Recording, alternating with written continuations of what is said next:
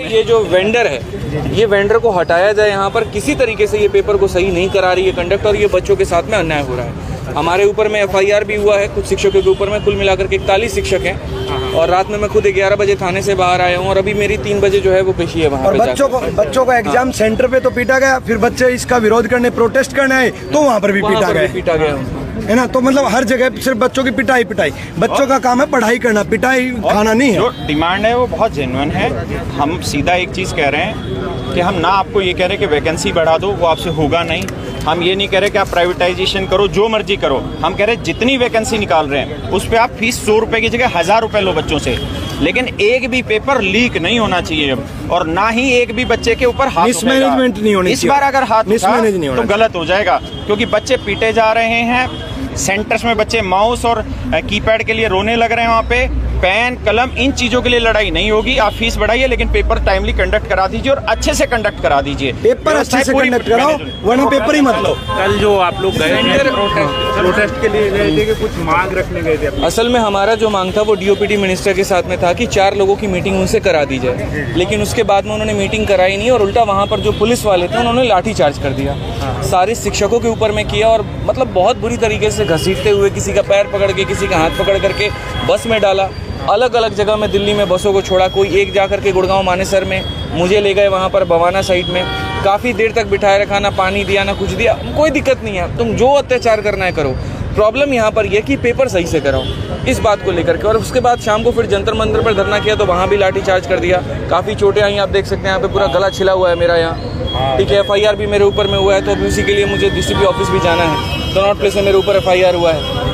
तो ये टीचर्स को डिटेन किया गया? टोटल 41 टीचर पे एक FIR है, और 10 टीचर पे एक जगह FIR है। हाँ बिल्कुल FIR है। अच्छा, तो इसमें आप लोग तो शांतिपूर्वक गए थे वहाँ पर, फिर भी FIR क्यों? FIR उन्होंने इसीलिए किया क्योंकि आपने कोई परमिशन नहीं ली हमसे, इसी वजह से। अब जंतर मंतर ऐसी जगह है जहाँ धरना स्थल के लिए बना है। पहले दिल्ली पुलिस ये कह रही है कि आपको धरना देना है तो वहाँ जाके दो, और जब हम वहाँ धरना देने जा रहे तो जाकर के FIR कर दे रहे हैं।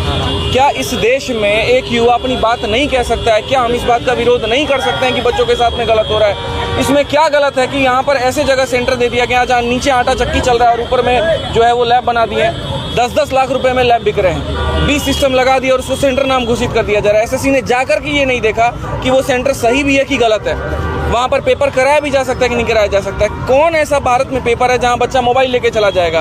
और क्या ऐसे जगह से जो बच्चे नियुक्त होकर के आएंगे, क्या वो सही तरीके से नियुक्त होंगे? क्या वो डिपार्टमेंट में सही तरीके से काम करेंगे? एक देश को एक जो दरोगा मिलेगा, क्या वो सही तरीके से नियुक्त होकर आया होगा? चिंता का ये विषय है यहाँ पर। या तो भर्तियाँ मत निकालो, और नहीं तो निकालो जो बच्चों का हक है तो उसको निष्पक्ष तरीके से कराओ, वो हमारा अधिकार है। आगे का प्लान क्या है सर? आगे का प्लान यही है कि पूरे भारत में ये आवाज़ उठेगी, हर जगह पर होगी। आज बंगाल में जो है धरना चल रहा है, प्रयागराज में धरना चल रहा है, पटना में चल रहा है, और मैं सभी लोगों के, पूरे देश में जितने भी बच्चे हमें देख रहे हैं, आप जहां पर हैं आप वहीं से अपने धरना को शुरू करिए। आप बिल्कुल भी यहां पर ये मत एक्सपेक्ट करिए कि कोई आपका नेता बनेगा, कोई आपका लीडर बनेगा और वो शुरू करेगा। ये आपकी लड़ाई है, आपको लड़ना है, आपको करना पड़ेगा, आपको आगे बढ़ना पड़ेगा।